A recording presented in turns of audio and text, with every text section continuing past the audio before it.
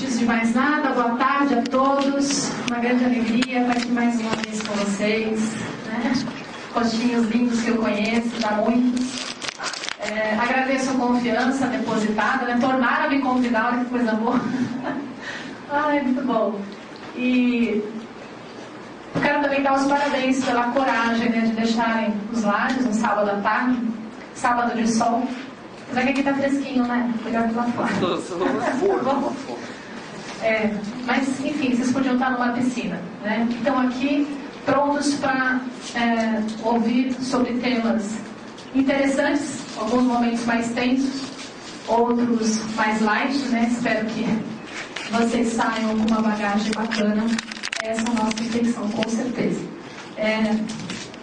Quero deixar claro que não sou uma especialista em drogadição, ok? Eu sou graduanda em psicologia, estou no 5º ano, já passei pela clínica de toxicomania, já trabalhei um pouco, já estudei, tá? Mas não sou especialista.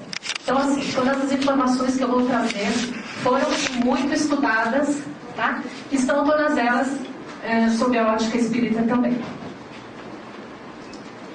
Então, vamos lá. Nós temos alguns objetivos. Um deles é que a gente possa ampliar o nosso conceito sobre drogas. Ok? Vocês estão vendo o pato aí? Legal. E o coelho, vocês estão vendo? Todo mundo está vendo o coelho já? Não, tá. Não, tem pessoas que não estão vendo. Eu não estou. Então eu vou dar uma dica. Onde é o bico do pato, imagina a orelha do coelho. Melhorou? Viu? Ah, legal. Todo mundo viu agora? Olha que bacana, né? Essa experienciazinha simples. Eu apresentei para vocês, a princípio muita gente só viu o pato, né? Então, essa imagem só trazia um conceito associado para algumas pessoas, que era o pato. E de repente eu falo, gente, tem um coelho aí. E aí as pessoas passaram então a ver o coelho. Essa é a intenção hoje, ressignificar, tá? Ampliar. Então, no mesmo conceito, a gente vai ver que existem outras maneiras de se pensar sobre a mesma coisa, o mesmo assunto. Ok? Então vamos lá, agora uma nova imagem. Essa imagem é bem conhecida, né? Eu queria que vocês se arriscassem, e quem quiser me dissesse agora, dessa um berro aí do meio, com uma palavra só. O que é que surge à mente ao ver essa imagem? Deus. Só que eu preciso ouvir. Deus. Linda, Deus, vida, lar. Bom. Alguém mais quer falar? Beleza. Beleza, obrigada. Beleza, Tadeu. Ele me deu o controle. Muito bom. Grande. Essa imagem, ela fala alto ao nosso coração. Vocês trouxeram aspectos muito positivos dessa nossa casa chamada Terra. Deus, lar, né? Eu sinto também como um lar, uma casa, uma oficina, uma escola, um presente de Deus, enfim. A gente poderia aqui ficar dando vários nomes para essa mesma imagem. Essa casa linda, esse planeta que a gente reconhece como nosso lar dentro desse sistema solar, dentro da galáxia, né, da Via Láctea, está mudando. Está mudando para melhor, né? Aí vocês vão dizer, mas não parece. Mas tá. Ele vai entrar agora numa nova etapa, já entrou, segundo o Givaldo também, já entrou para um mundo de regeneração. E vejam bem o que eu vou falar agora. Ele vai mudar, o planeta vai mudar, já está mudando. Isso não importa se eu estou mudando ou se vocês estão mudando. Tanto faz, tá? Não para Deus, é óbvio. Mas tanto faz agora, neste movimento do planeta. O que eu estou querendo dizer é, o planeta vai mudar e nós vamos ficar, se nós nos esforçarmos para isso. Então o que eu estou dizendo é, o planeta não vai mudar porque nós estamos mudando. Ele vai mudar. E nós precisamos mudar para merecermos estar neste planeta. Ficou claro? Por quê? Já estão reencarnando aqui espíritos mais elevados, né? Como se fosse uma senha de merecimento. Porque vai ficar bom, vai ficar legal viver aqui. E a gente precisa dessa senha, dessa passagem, para voltar reencarnar nesse planeta. É uma informação de várias fontes, não só da fonte espírita, que eu estou passando para vocês nesse instante, né? O Alquinda de Oliveira, palestrante espírita que eu gosto bastante, disse em um dos artigos dele: creio firmemente que essa é a nossa mais importante existência de todos os tempos. Eu concordo com isso. André Luiz diz que nós já andarilhamos aqui pela Terra há mais de 40 mil anos. Vocês sabiam disso? São tantas encarnações, né? E aí alguém ainda faz uma afirmação dessa de impacto. Essa é a encarnação mais importante? Sim, eu acredito nisso também. Porque nós vamos sair de um estágio mais animalizado para o outro. Então, o nosso esforço tem que ser muito. Realmente é um momento de escolha, né? Tivemos muitas chances em muitas encarnações. Não podemos agora derrapar na última curva. E aí, Santo Agostinho, no Evangelho, também nos diz: o planeta Terra ha chegado a um dos seus períodos de transformação, em que de orbe expiatório mudar-se-á em planeta de regeneração, onde os homens serão ditosos, porque nele imperará a lei de Deus. Olha que lindo. Vai ser, independentemente de nós. Chico Xavier nos diz, no livro Plantão de Respostas, Emmanuel afirma que a Terra será um mundo regenerado por volta de 2057. Ai, Cláudia, tá longe, tenho tempo. Não sei, lembra que eu falei sobre a morte? Eu não sei nem se eu saio viva daqui, não é? Também não sei se eu volto, não sei. Eu sei que a chance é agora, fazendo aquilo que eu estou fazendo, por exemplo, né? É uma chance que eu estou tendo de passar alguma coisa boa. É nisso que eu acredito. E 2057 está aí, viu, gente? Passa rápido. A geração do meu filho, do Gabrielzinho de 9 anos, vai ver essa mudança. Então não está tão distante assim. Quem sabe até eu, velhinha, mas ainda estou aqui. O próprio Alquinda reafirma: creio que toda essa atual convulsão mundial é importante prenúncio desta aprazível mudança, pois todos os sofrimentos atuais estão despertando o ser humano a procurar um significado à vida. Problemas nos sobram. Temos dificuldades, né? Muito desequilíbrio, mas tem um significado, né? Tem um porquê do sofrimento. Nós temos que buscar um sentido nesse sofrimento. Ou seja, precisamos procurar um significado para a nossa própria vida. Para isso, temos algumas questões a resolver, né? Para ficarmos na Terra, para estarmos nesse mundo regenerado, né? Essa evolução para o terceiro milênio que é proposta também nessa tarde. Precisamos refletir sobre nós, sobre por que estamos aqui, para onde vamos, de onde viemos, qual é o nosso papel.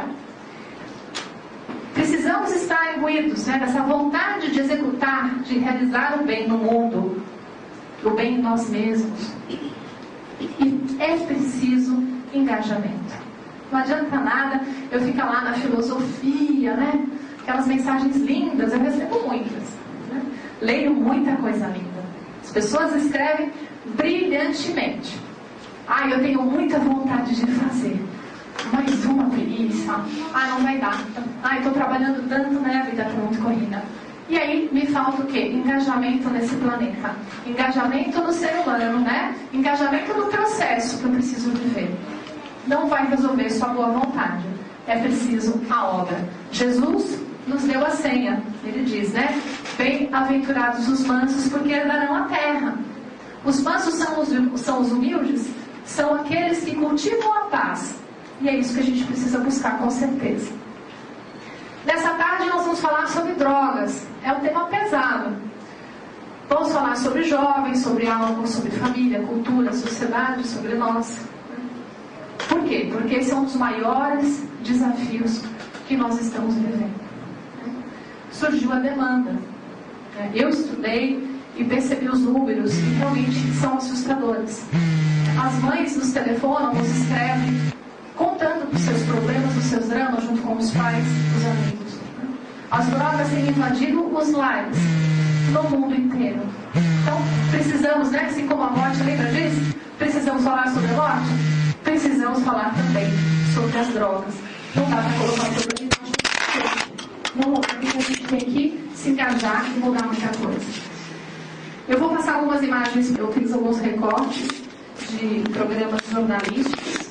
Vai ter que aumentar o som, porque esse som está um pouco baixo agora. Para a gente perceber como é que funciona. Vamos ver se vai funcionar, na verdade. Com imagens inacreditáveis de um acidente de carro no interior do Paraná. O veículo sai da pista, voa 3 metros e se arrasta pelo chão. O motorista estava bêbado e provocou a morte de um passageiro. Num outro flagrante, o motorista dirige quilômetros embriagado e invade a pista contrária e coloca a vida de muitas pessoas em perigo. Desde junho de 2008, quando começou a lei seca, a Polícia Rodoviária Federal prendeu 16 mil motoristas bêbados nas estradas federais. O som desapareceu. Ele está narrando como ele começou na maconha, já é uma nova cena, e depois passou para cocaína. Espero que o som volte. O problema é meu? Ai, não fala isso. A lei que proibiu a mistura de álcool e direção no Brasil tem mais de 1 ano e meio, mas apesar disso, apesar das campanhas de esclarecimento, da fiscalização, muitos brasileiros ainda desafiam a legislação. O resultado a gente vê em toda a parte. No norte do Paraná, as câmeras de uma oficina registraram o capotamento de um carro na BR-376 em Sarandi. Um rapaz que viajava no banco do carona morreu. O teste do bafômetro confirmou que o motorista... Milhões de brasileiros não gostam, nunca tiveram contato, mas sofrem com as drogas. Eles são pais, irmãos, amigos de pessoas viciadas. E em muitos casos, o desespero toma conta e provoca tragédias familiares que não tem volta. Bêbado, atropelou mãe e filha na zona industrial de Sorocaba, no interior do estado. E para piorar, ele fugiu sem prestar socorro. Mas ele foi perseguido pela polícia, ele acabou preso. Rubens Silvério Paz agora está no centro de detenção provisória. E as 2 vítimas já estão fora de perigo. Esse também está sem som, mas é na mesma linha. Ele está contando também sobre um outro rapaz que fez uso de álcool e, enfim, foi na direção. Então, são algumas reflexões aí. A partir disso, nós vamos ter que pensar algumas coisas. Drogas. A gente está falando de causa ou efeito? Eu acho que vocês entraram aqui nessa tarde, cada um de vocês trazendo algum conceito associado a esse tema. Droga é um problema, porque falando de tal, por usar droga acabou com a própria vida, a família está arruinada porque o outro usa droga ou álcool, não é verdade? Pode ser que tenha esse tipo de julgamento. Outros acham, não, fulano de tal usa droga porque começou a usar por causa de uma turma tal, enfim. Nós precisamos repensar nisso, né? Vocês viram pelas imagens que nós temos um modelo de punição para tentar resolver o fenômeno da droga e do álcool. Ou seja, nós vamos colocar uma lei e vamos proibir que as pessoas dirijam embriagadas. Ou que elas tomem 3 copos de cerveja, enfim. Né? E vamos fazer teste. Se começar a usar droga, nós vamos prender se for preciso. Né? No caso de tráfico, então, nem se fala. Então, é um modelo, sim, punitivo. Muito mais punitivo do que educativo. E nós precisamos repensar porque a droga ainda é vista como causa do problema e não como sintoma que surge na nossa sociedade, né? Que tem outras causas por baixo. E é isso que nós vamos ver a partir daqui. O uso de drogas. Sempre foi assim? Sim. Nós usamos drogas, gente, desde a mais remota antiguidade. Lá nas primeiras encarnações, a gente já usava algum tipo de alucinógeno. Tá? Só que a droga tinha uma função social. O Ramadan vai falar no livro dele que no caso das substâncias psicoativas utilizadas nas comunidades primitivas, estas eram utilizadas num contexto perfeitamente de acordo com os ritos, a cultura e a história ancestral daquela comunidade. Então, se eu quisesse ser aceita pela minha tribo, tinha um dia específico, num momento específico em que o xamã, né, preparava os chás, enfim, o fumo, não sei, e aí todos cantavam e havia um ritual para que eu adentrasse, né, naquele grupo e fosse aceita naquele grupo. Então, o alucinógeno, ele tinha uma função sagrada, né, para que você tivesse contato com as divindades. Era uma outra função, realmente. Hoje em dia, devido às mudanças significativas, nós percebemos o uso simplesmente determinado dominado pela busca de um efeito. Usualmente um efeito de prazer hedonístico, sem rito, sem cultura, sem espiritualidade. Não importa mais o outro, eu quero sentir o prazer. O prazer pode ser momentâneo, tanto faz. Eu quero sentir esse prazer, aprovado ou não. Nos números, né? Isso foi levantado no relatório da ONU de 2009. No Brasil já temos cerca de 600 mil usuários de crack, 900 mil usuários de cocaína. O Brasil é a principal rota de passagem de cocaína para a Europa. Okay. No Brasil, conforme os dados, as apreensões, né, passaram de 8 toneladas métricas de 2004 para 24 toneladas métricas em 2009. A maconha se mantém como a droga ilegal mais consumida no mundo. O relatório estima que entre 130 milhões e 190 milhões de pessoas consumiram a droga no último ano. O número de laboratórios clandestinos de drogas sintéticas tem crescido assustadoramente, mais de 20%. E o relatório de 2009, então, foi tirado os dados em 2008. No Brasil, isso me chocou quando eu li. 12,3% da população já pode ser considerada dependente de álcool, de acordo com os critérios do CID-10 e do DSM-4. Mais homens que mulheres. E aí, né, também consta no mesmo relatório, a dependência alcoólica assume uma alta prevalência quando comparada com muitas outras doenças e atualmente representa, em termos nacionais, Brasil, um dos maiores problemas de saúde pública. Então nós estamos falando de um fenômeno pequeno, mas monstruoso, enorme. O outro ponto que nós temos para pensar, eu vou pedir para vocês refletirem comigo, vem através desse quadrinho da Mafalda. Vocês conhecem a Mafalda? Adoro ela. E ela vai lá para o Miguelito e pergunta: Miguelito, coisa boa na TV? Ah, acabei de ligar. Mas parece que se você passa desodorante, depois come salsicha e aí compra uma máquina de lavar roupa, só não é feliz se for muito idiota. O que o Miguelito está tentando passar para a Mafalda? Olha, eu preciso disso para ser alguém. Tudo isso que está mostrando na televisão é muito importante para a gente. Se a gente não comprar essas coisas todas, eles dão a entender que nós somos idiotas, que a gente não pode participar dessa sociedade como seres normais. Precisamos consumir. E isso tem ligação com o tráfico, Cláudia? Porque eu coloquei embaixo tráfico, um ponto de se pensar. Sim, isso tem muita ligação. Vocês já pensaram que os filhos de vocês, ou os netos, ou os irmãozinhos, quando assistem TV e veem um brinquedo muito legal, eles sentem vontade de ter o brinquedo, não sentem? Eles não pedem? Ah, compra, vai. Né? Muito bem, então não tenhamos ilusão. Se na nossa televisão passa essa propaganda, na televisão das camadas mais pobres da sociedade, e mesmo miseráveis, também passam o mesmo comercial. É a mesma indução ao consumo. As crianças são diferentes das vontades? Não. Elas sentem vontade. Elas querem muito. E as mães, será que elas são muito diferentes? Ou será que elas também gostariam de suprir as necessidades, né, psíquicas, emocionais, físicas desses filhos? Elas querem. Aí tem problema, né? Eu posso comprar. Talvez vocês possam. Mas não é assim com todo mundo. E aí eu vou contar uma historinha para vocês. Uma historinha de uma faxineira que trabalha para uma amiga minha. Fato verídico, caso acontecido. Ela trabalha 3 vezes por semana na casa dessa minha amiga. E nas madrugadas ela trabalha como olheira de um grupo de narcotráfico. E nós conversamos sobre isso. E ela diz: olha, tem uma hierarquia. Tem o olheiro, tem o empacotador, tem o distribuidor, tem o exportador, o importador, tem o chefe do grupo, tem o diretor-geral, super organizado. Ela é só olheira, ela é o cabo raso dessa hierarquia, ela é uma olheira. Ela consegue tirar num final de semana R$400 trabalhando nas madrugadas. A gente faz isso vezes 4, só nos finais de semana vocês têm um número. Ok? Tudo bem. Mas não é só isso. O chefe do tráfico fornece lanche para o filho levar para a escola, uniforme, cesta básica para ela e segurança na comunidade. Tá?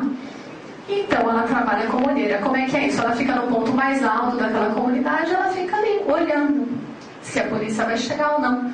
se eles estão se aproximando, se chegou alguém para roubar a banca. Eles chamam de bicas, ela falou. A bica é onde a droga é distribuída dentro da comunidade. Vocês sabiam disso? Então, pois é, quem sabia, tudo bem, né? Mas tem muita gente que não sabe, eu mesma não sabia, eu fiquei impressionada com os dados.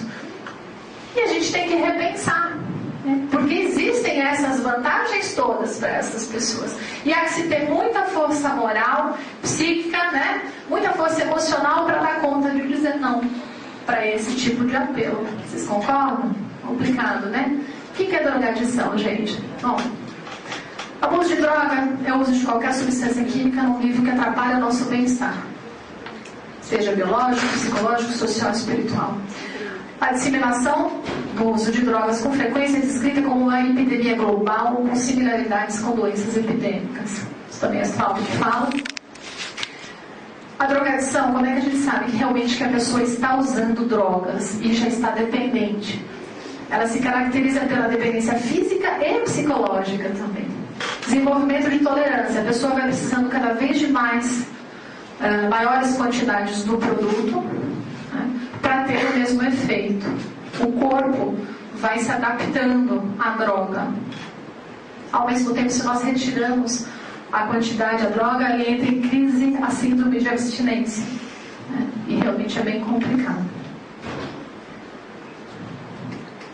Os perigos para a saúde, os custos do abuso são incalculáveis. O abuso dessas causas, o abuso dos produtos causa mais morte, doença e incapacitação do que qualquer outro problema de saúde evitável. E agora eu digo para vocês, não tenham dúvidas, porque em algum momento o jovem será apresentado a drogas. Eu não sei com vocês, eu já não sou jovem, sou meio jovem, meio velha, na meia idade, estou no topo da montanha, a pessoa fala, né? E não é porque eu enxergo mais não, né? Porque vai começar a decair.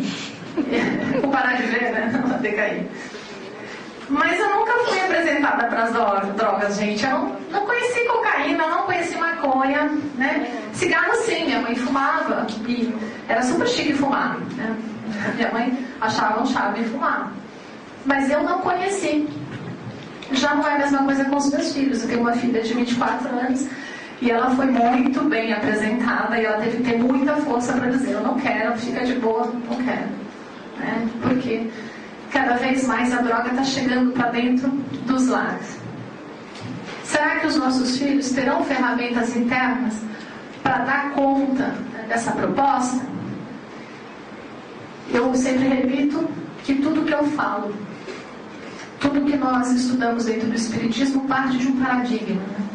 De que nós somos espíritos imortais, numa experiência reencarnatória. Estamos vivos aqui, neste corpo, neste momento. E estamos numa determinada cultura, num determinado tempo histórico, nós influenciamos e somos influenciados por este meio. Isso tudo tem que ser levado em conta, porque eu recebi informações preciosas da minha infância que me ajudaram muito, né, para que eu tivesse realmente força para seguir o caminho que eu escolhi. Não posso afirmar que ele é o melhor de todos. Talvez eu pudesse fazer muitas coisas melhores do que eu faço, mas é o que eu estou dando conta agora. Usar drogas ou não, o que determinaria isso? Ora, a gente não pode mais ter aquela visão casualística, né? Olha, todo efeito tem uma causa e a causa é única, então gera aquele efeito. Não. Drogas também. Esse fenômeno só surge com muitas causas juntas. Uma delas é a síndrome do papai. Vocês conhecem essa síndrome? Já ouviram falar?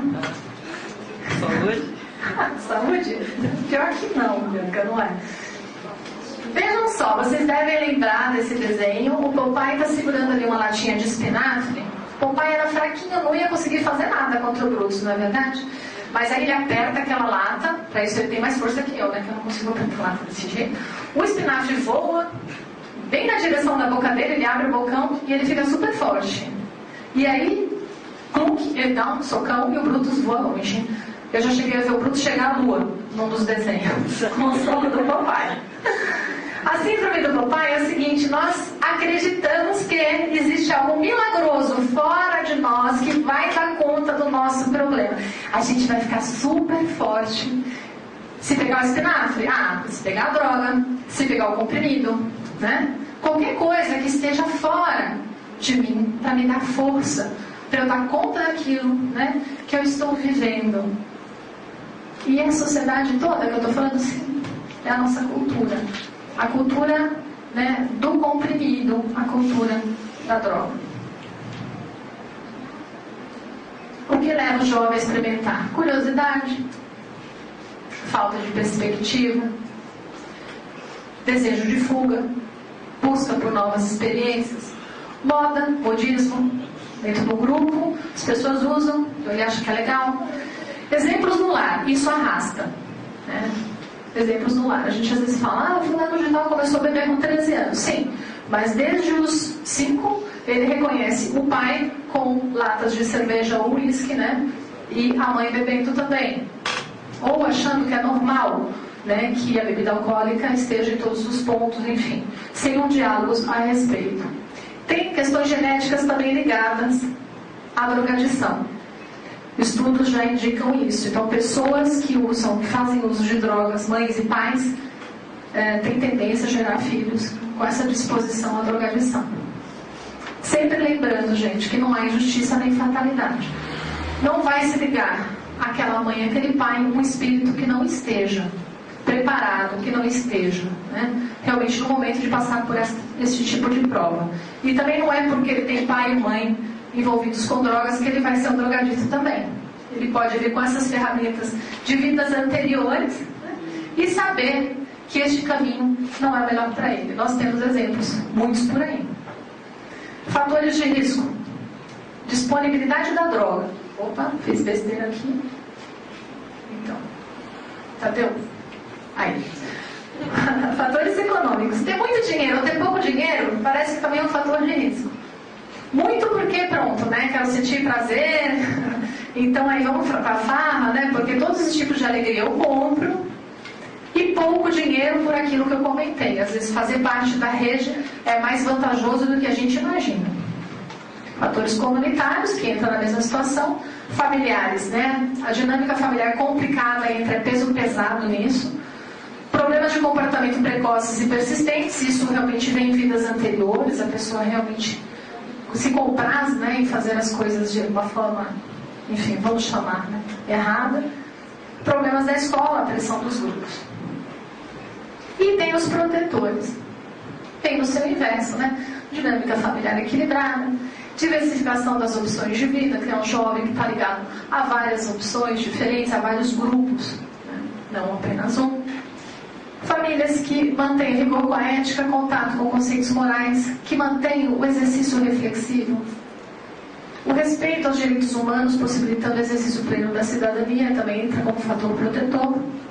E o oferecimento de condições dignas de saúde, educação, trabalho, alimentação, entre tantas outras, como o exemplo lá da faxineira, que buscava esse tipo também de situação, né? De poder pagar um médico, ter uma educação, alimentação, coisa e tal. A nossa sociedade, de certa forma, auxilia muito na promoção deste problema chamado drogadição. A maneira como nós nos constituímos enquanto sociedade capitalista voltada ao consumo acaba gerando essas medusas sociais, né? Também é um dos efeitos. Essa imagem eu gosto muito. Saiu no portal Terra de Notícias agora em fevereiro. Um fotógrafo lá na Indonésia, ele estava fotografando o jardim da casa dele. E aí ele viu que tinha perto de um formigueiro, estava se aproximando um louva-a-Deus. E a formiguinha soldada não estava nem aí, ela enfrentou o bichão e botou ele para correr. O fotógrafo ficou impressionado e registrou a imagem. E é isso que me lembra. Quando eu venho aqui falar para vocês sobre drogas, eu estou falando de um monstrão, né? E nós somos essas formiguinhas perto desse monstrão. Há que se ter muita coragem para enfrentar o problema, muita consciência, muito pé no chão. Mas a gente pode conseguir, assim como a formiga, porque nós não estamos sós. A gente pode montar um belo formigueiro.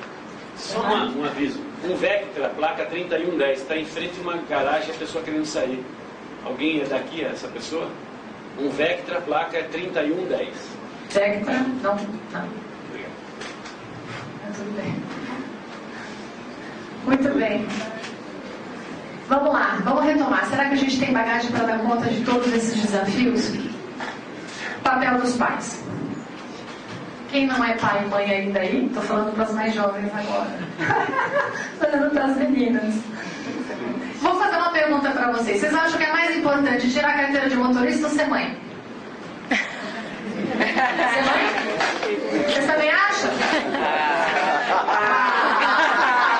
Dirigir é bom. Mas é mais importante dirigir ou ser mãe? Ou ser pai? É mais importante ser pai e mãe? Legal. Por que para tirar a carta vocês vão fazer aula, tem que estudar um monte, tem que fazer prova de direção, prova escrita? E para ser pai e mãe não precisa de nada, né? Aliás, nada mesmo, nem anticoncepcional. Não é assim? Vamos pensar, por que será? Por que será que a gente se constrói dessa maneira? Por que a gente não estuda sobre educação, sobre psicologia infantil? Por que a gente não tenta saber o que os teóricos estão falando a respeito? O que uma religião fala a respeito? Não, eu quero ter filho. Ah, é bacana ter filho.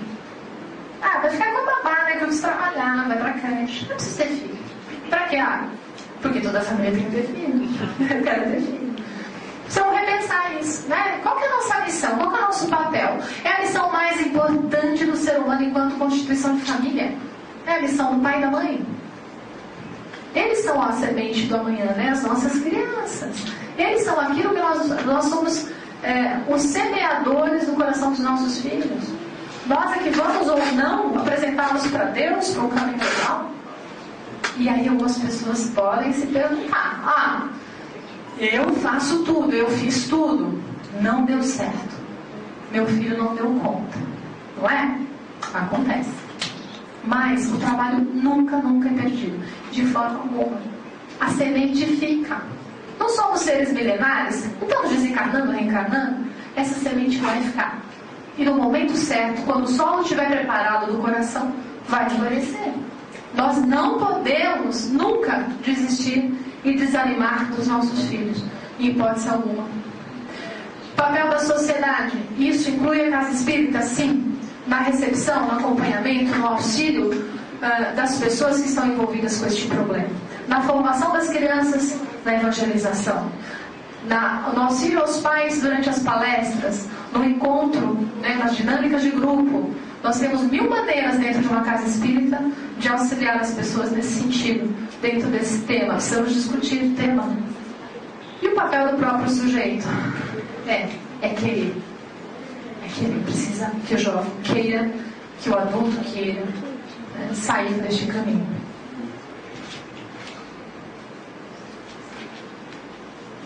Os estudos sociais propõem 3 frentes de combate à drogadição. O que eles chamam de prevenção primária é o estudo que eu estava falando. São as medidas educativas e profiláticas. A secundária já entra com relação ao próprio usuário, que é a entrada de medicamentos, psicoterapia, buscando se evitar a instalação do fenômeno de dependência mesmo.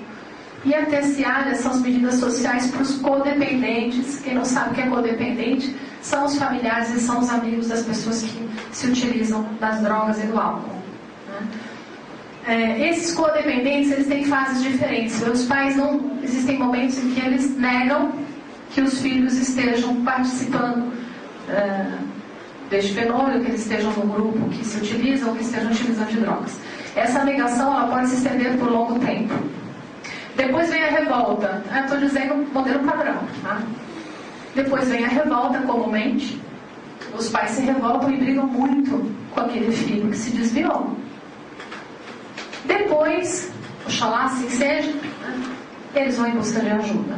E muitas vezes fica bem complicado de reverter a situação.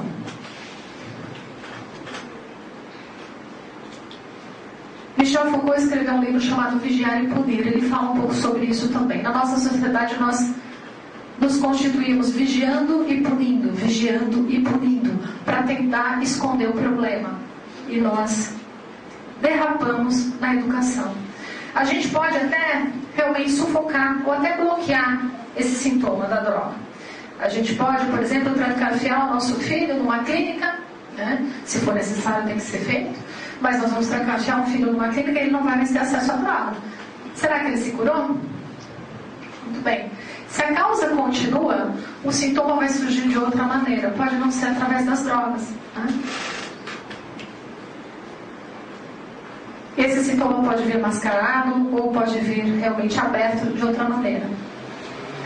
O professor Luiz Carlos Formiga, numa palestra sobre drogadição no Rio de Janeiro, disse, numa analogia, que a gente precisa aprender a vacinar a criança, porque a gente está indo lá na causa. O que seria vacinar a criança? Realmente trabalhar com as crianças, explicando, amando, né?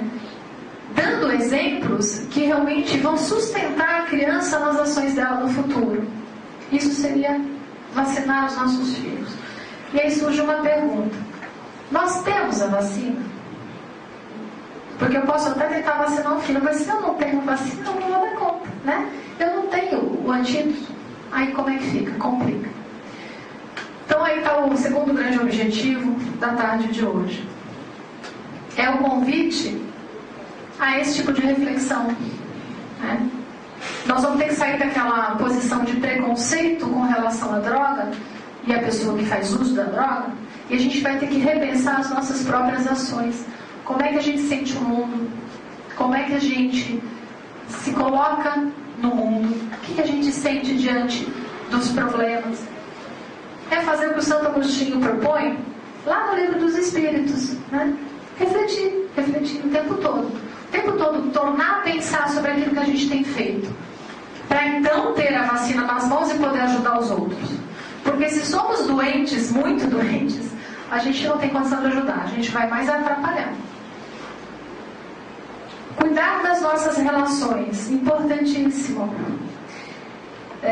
Lá na USP, na residência de infectologia, um professor contou uma história para um amigo meu, que me contou essa história, e aí eu fui ver os estudos.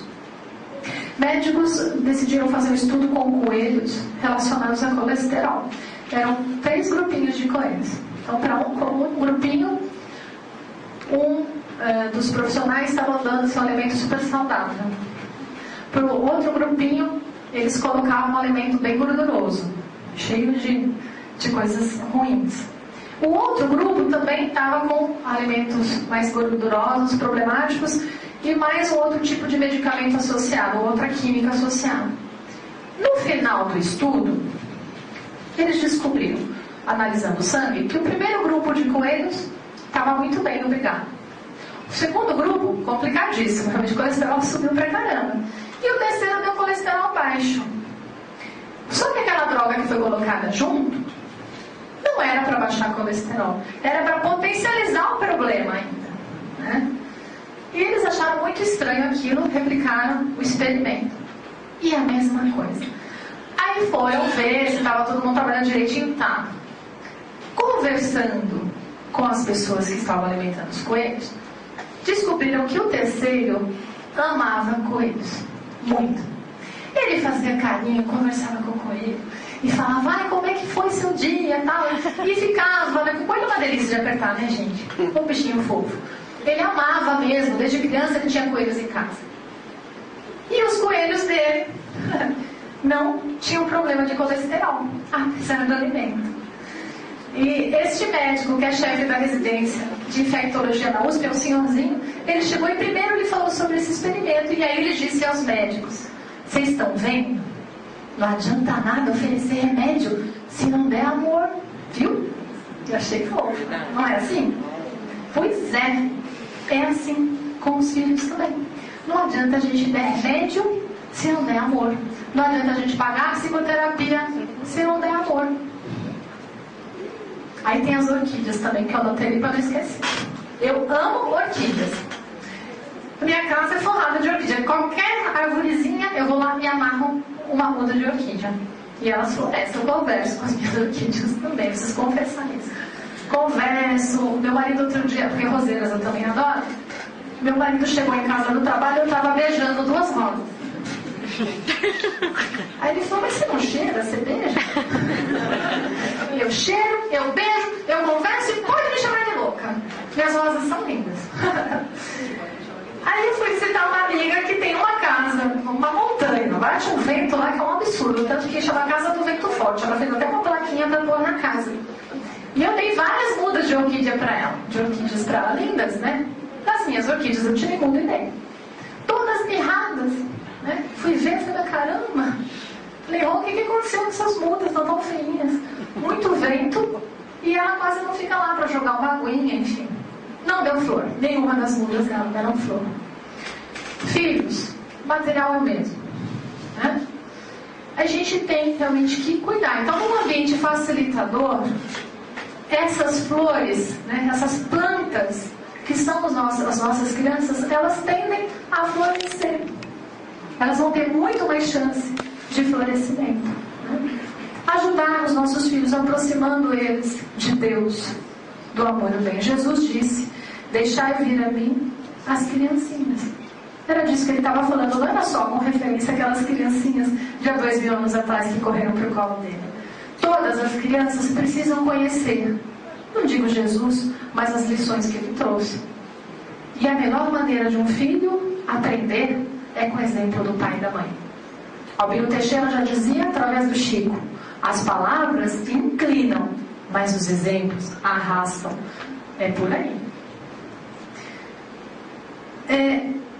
Mas mesmo assim, se o filho apresentar esses problemas, o nosso parente, o nosso amigo, eles precisam sim ser auxiliados com entendimento. Nós precisamos buscar ajuda quando necessário, sem sombra de dúvida. Esse texto, ele é grande, lindo, maravilhoso, da Joana de Ângeles, foi ditado por Divaldo no livro Após a Tempestade. Eu só trouxe o trecho final do texto, em que a Joana faz uma evocação. E ela diz, resumindo toda a minha tentativa nessa palestra, se é jovem, não te iludas. As drogas não vão retirar o seu problema. As drogas não vão diminuir o impacto. E as drogas não vão permitir que você evolua. Não te iludas. Se você, em compensação, está atravessando a idade adulta, não te concedas a sonhos e vivências que pertencem à infância já passada. E ela fala até das nossas encarnações mais primitivas, ansiando por prazeres destrutivos. Se és mestre, e aqui todos nós podemos ser este mestre, né? Mestre não é só professor na escola não, viu gente? Mestre é aquele que em algum momento, né, serve como apoio, como auxílio, modificando a vida do outro. Orienta com elevação, abandona preconceitos. Se és pai ou mãe, não penses que o teu lar será poupado. Ama, orienta e educa. Aproxima teus filhos de Deus, dê bons exemplos. E por fim, se te surpreendes com o drama e se adentrou no lar, não fujas dele, procurando ignorá-lo. Nem te rebeles, assumindo atitude hostil. Conversa, esclarece, orienta e assiste, procurando recursos competentes na medicina, como na doutrina espírita, a fim de conseguires reeducação e a felicidade daqueles que a lei divina te confiou para a tua e a ventura deles. Brigas, discussões, castigos não vão resolver. Se o problema já chegou, é encará-lo de frente, dentro de uma realidade, buscando a ajuda necessária. Sozinhos fica muito mais difícil. Vamos rever? Lindo, né, gente? Eu acho lindo esse planeta. Eu quero voltar para cá. Não sei se vocês querem também? Eu quero. Legal. Então a gente tem que se engajar. É o trabalho do semeador, né? É o trabalho da formiguinha.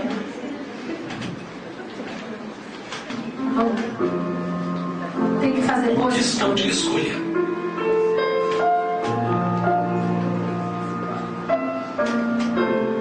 Escolher quer dizer preferir, selecionar, optar. Toda a nossa vida é feita de escolhas. Por mais indecisos que sejamos, ao abrir os olhos pela manhã, teremos que optar entre permanecer na cama, esquecendo as horas, ou levantar. A opção continua na primeira refeição da manhã. cereal, frutas, chá, café, pão integral, pão branco, mel, açúcar ou adoçante. Desejar bom dia ou resmungar qualquer coisa, ou ficar calado, são opções. Sair de carro, dar uma caminhada, correr para não perder a condução ou fazer de conta que não tem compromisso nenhum. Ser gentil no trânsito, cedendo a vez a outro carro em cruzamento complicado, ou fazer de conta que ninguém mais existe no caminho além de você mesmo. Não jogar nada pelas janelas do carro, ou emporcalhar todo o caminho por onde passa. Tudo questão de escolha. Escolha de como você deseja que seja o seu dia, a sua vida, o seu mundo. Você pode viver muito bem com todo mundo, ou viver muito mal até consigo mesmo. Você pode modificar o mau humor da sua chefia ou de seu colega de escritório. Pode sintonizar com eles ou pode ficar na sua. Você pode atender muito bem o seu cliente e ter sorrisos de retorno.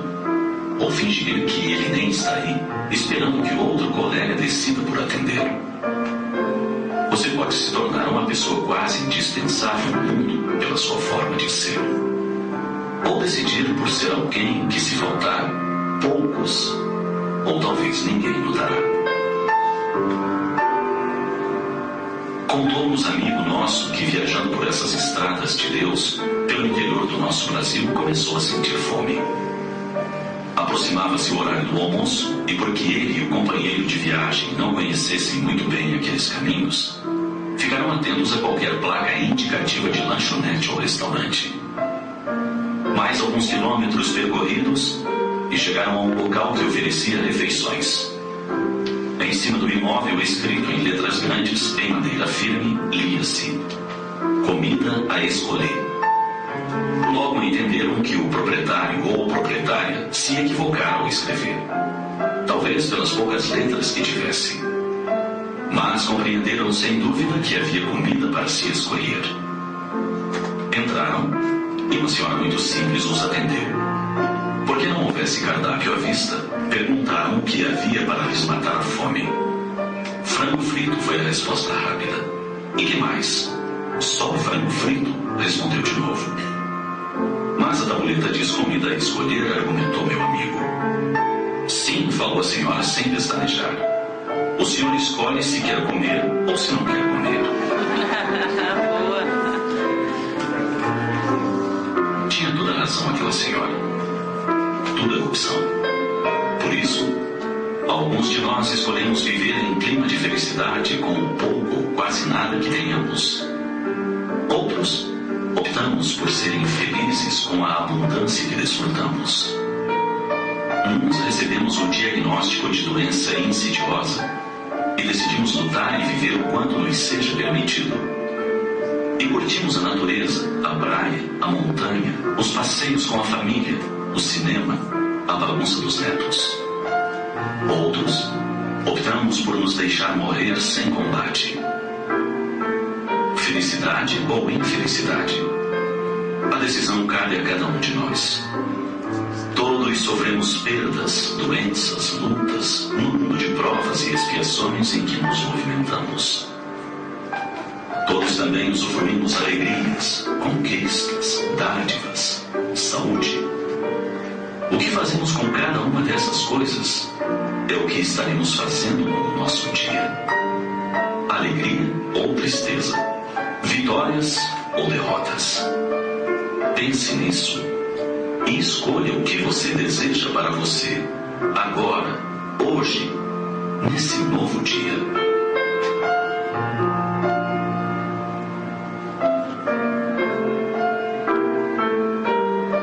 Abrace a alvorada que surge, viva as horas de bênçãos, e quando a noite chegar, agradeça a Deus pelas felizes escolhas desse bendito tempo que se chama dia. Amanhã, quando retornarem as horas a movimentar os ponteiros do relógio, você voltará a fazer as suas escolhas. Muito boas escolhas.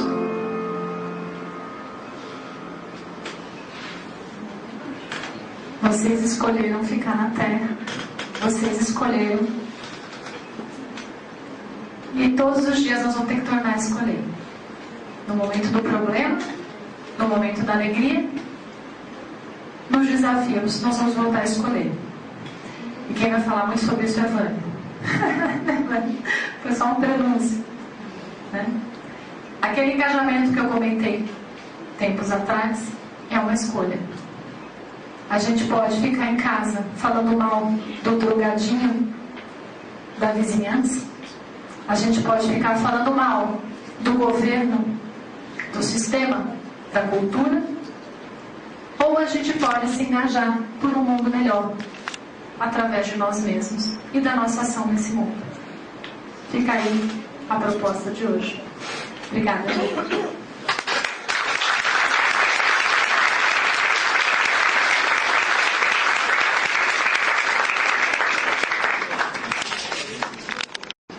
Eu vou fazer as duas perguntas juntas, sabe? Porque me parece que elas têm muito a ver com a outra. A primeira pergunta diz: o que devemos fazer quando descobrimos que um jovem usa drogas e a família ainda não sabe? A outra é: quais as mudanças que se operam em um jovem dentro de casa quando ele começa a usar drogas?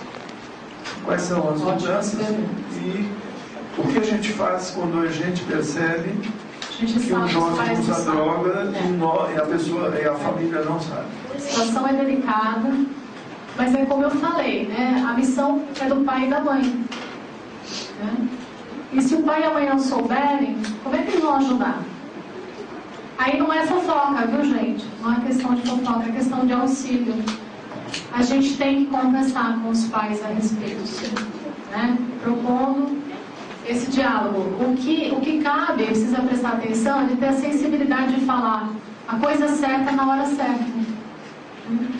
Porque, só um exemplo rápido, uma amiga minha perdeu o filho semana retrasada, afogado, de 21 anos, e alguém que achou o celular dele lá do lado do lago, ligou para a mãe, estava como mãe no celular, ela atendeu. A senhora conhece o Rafael? Sim, eu sou a mãe. Ah, ele morreu. Nossa, obrigada. E ela desmaiou. Que isso?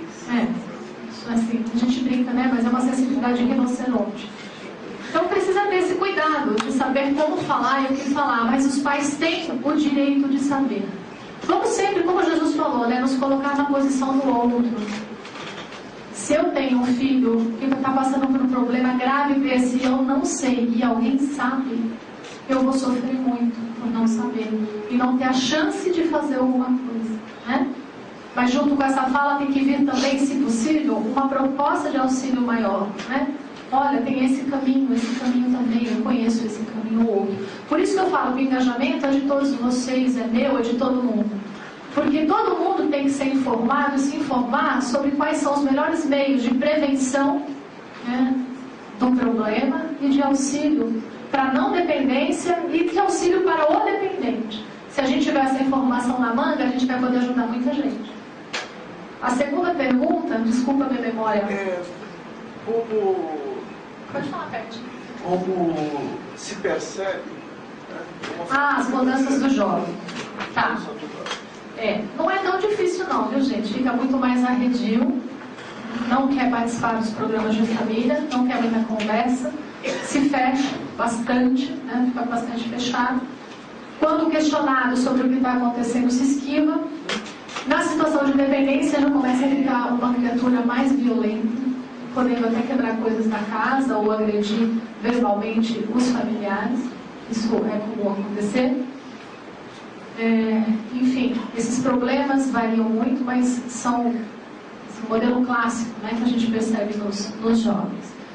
Na escola começa a piorar o rendimento.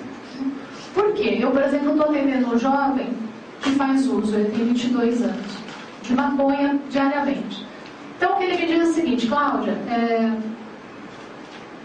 eu estou falando com você, mas eu estou só pensando na maconha já. Eu não vejo a hora que você termina, assim, blá blá blá, poder ir fora daqui. Porque eu estou com vontade, né? E eu entendo isso. O corpo está dependente. Tem mesmo, né? Tem mesmo. Então a gente começa até a fazer contrato. Olha, então vamos tentar diminuir um pouco, enfim. Então o que acontece? O jovem começa a ficar com tanta vontade que ele fica agoniado. O corpo, né, pede pela substância. Ele fica agoniado e essa angústia, ela se traduz em violência, dessas outras tantas maneiras. A escola fica muito chata para esse jovem. Bom, a terceira pergunta me parece que é a droga vista ou usada de uma forma diferente. A pergunta é: o xamanismo é uma droga quando usada para autoconhecimento?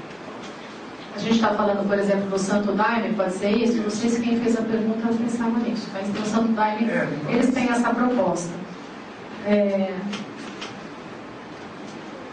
Para a gente, vamos pensar um pouquinho o que é autoconhecimento, né? Antes de eu responder essa pergunta diretamente. Autoconhecimento é você, de forma consciente e nunca inconsciente, acessar dentro de você qual é a sua maneira de sentir e agir no mundo, né?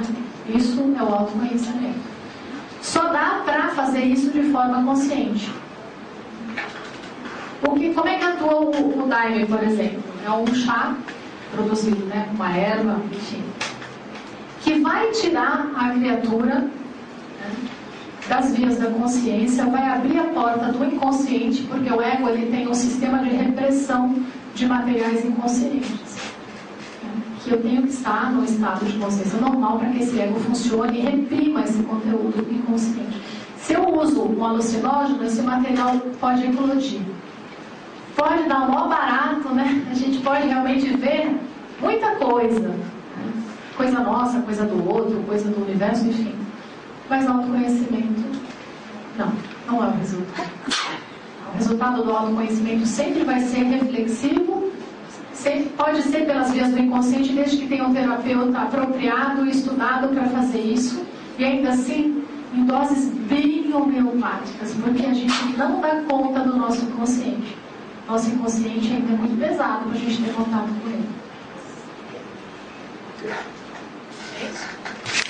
Ok, Cláudia, muito obrigado. Obrigada. Eu quero lembrar vocês, então, que nós faremos um intervalo agora de 20 minutos